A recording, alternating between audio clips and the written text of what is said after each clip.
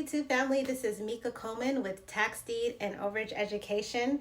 Leverage your $1 million blueprint. And I'm going to get right into the topic today, which is 4 simple steps that you could learn in the overage industry in 2023. Now, I know I probably made a video about this probably like a year or 2 ago, but I thought that maybe I should just update it a little bit because as I've helped several different people throughout the last couple of years, I realized, you know what, I should start telling people a little bit more about what is really important to collecting overages. Like, you know, most people will be like, oh, you know, find a list, find the claimants, and then, you know, you seal the deal.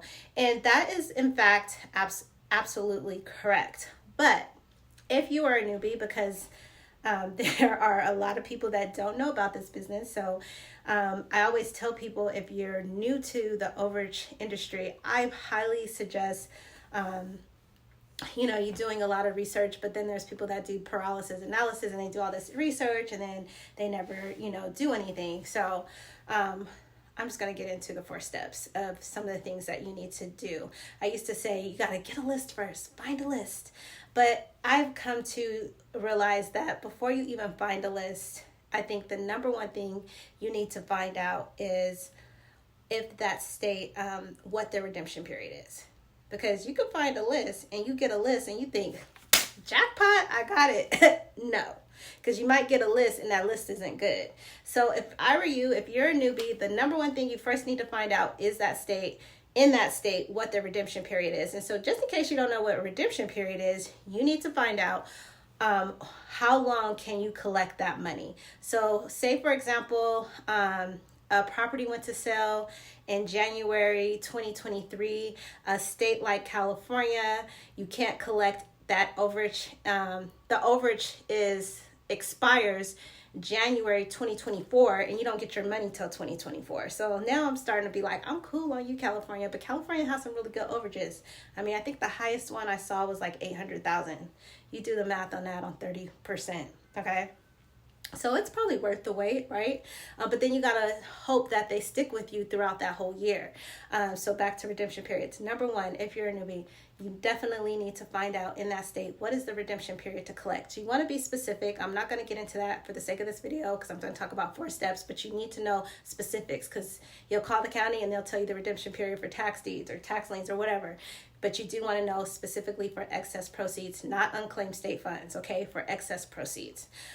Number 2, I wrote this down because I wanted to switch it up, is make sure it's third-party friendly. Oh, this is a good one. I don't even know I remember that one. So you definitely want to make sure it's third-party friendly.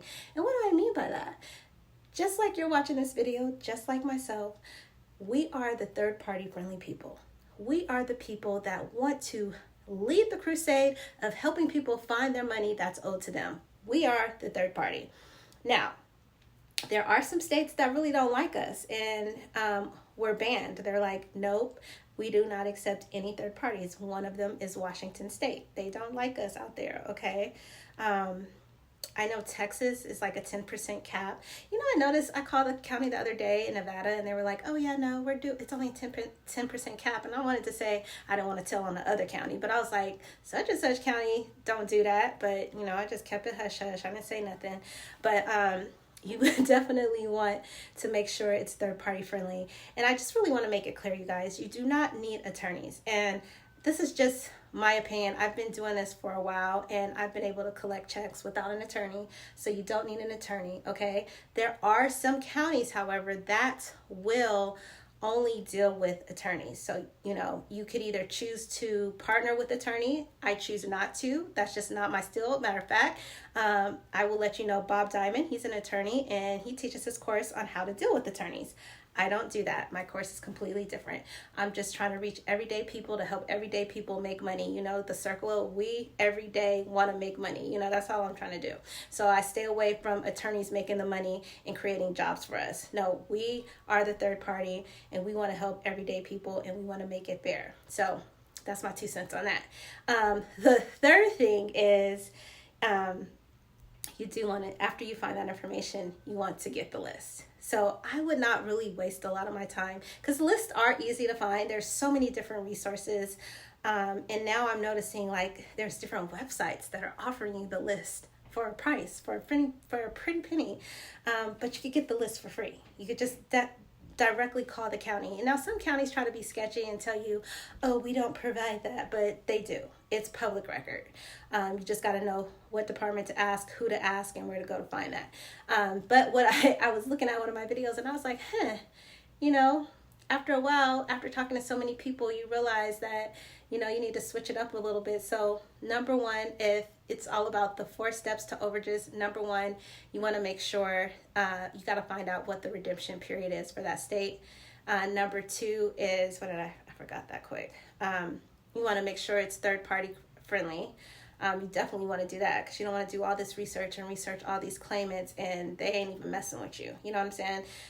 You can also find that on the claim form, but sometimes the claim form too, that's what trips a lot of people up too, is the claim forms. And I was gonna say something. I was like, I don't know if I want to give that information out for free yet. Nah, I'm not ready to. But the claim form could be tricky, so you got to watch out for that. And then number 3 is then you get the list. And then number 4 is you find the claimant and you connect with the claimant and you make the cash. Now that is pretty much in a nutshell what you have to do.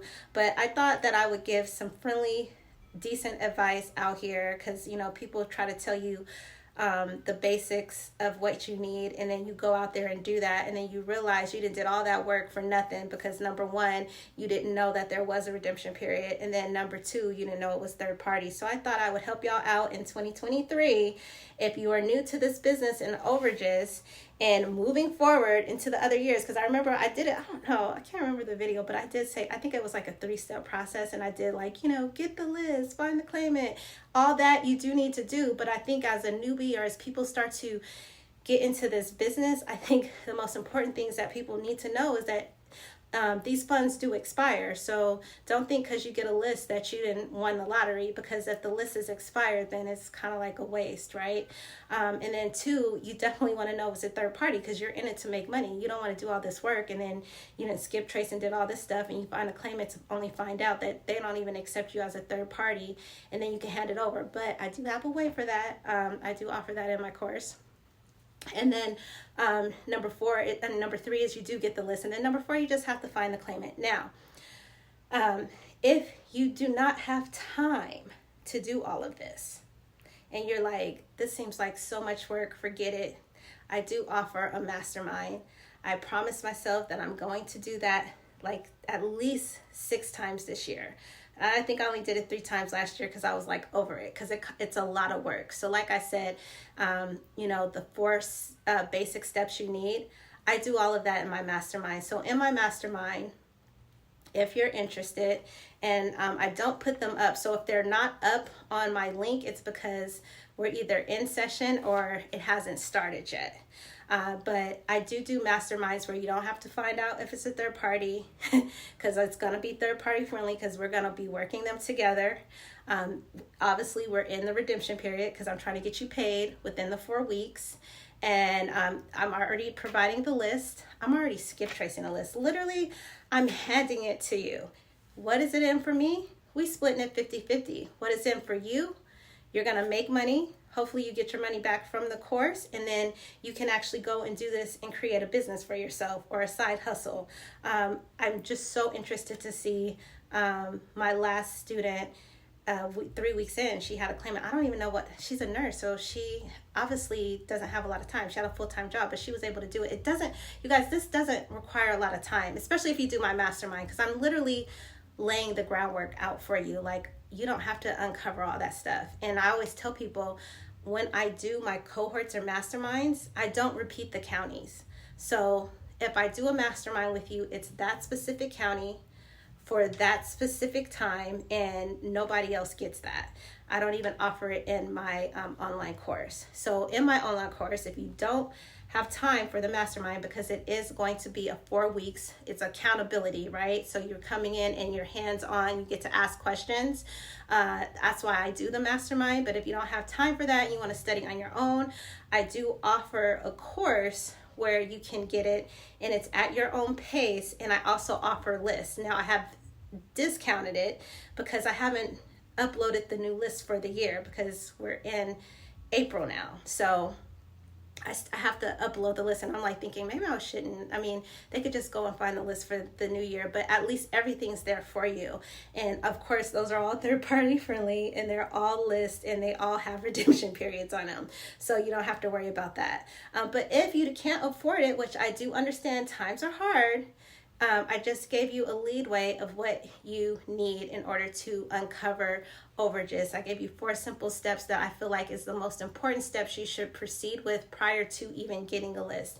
And I'll repeat those back to you. Number 1, it is knowing when the redemption period is. Number 2, making sure that it's a third party. Number 3, getting the list after you've uncovered that, and then finding the claimants. If you have any questions or you want to put any comments, please put them down the link below. And also too, if you have any questions, please feel free to email me. I also have that down in the link. And then I always forget, you guys, my book. I'm learning to do this. I've had this book for those that want to know more about this industry, don't really want to get another course or another, you just, you like to read, okay? I do have this book. It's The Best Kept Real Estate Secrets. It talks about tax deeds and overages. You guys, I was so passionate about this industry. I decided to write a book. I promise you, I wrote this book in a week. And I literally kind of combined everything that I know about this industry. I probably need to update it, but it does have some key components to what you need to know in order to uncover overages or start your business career in tax deeds.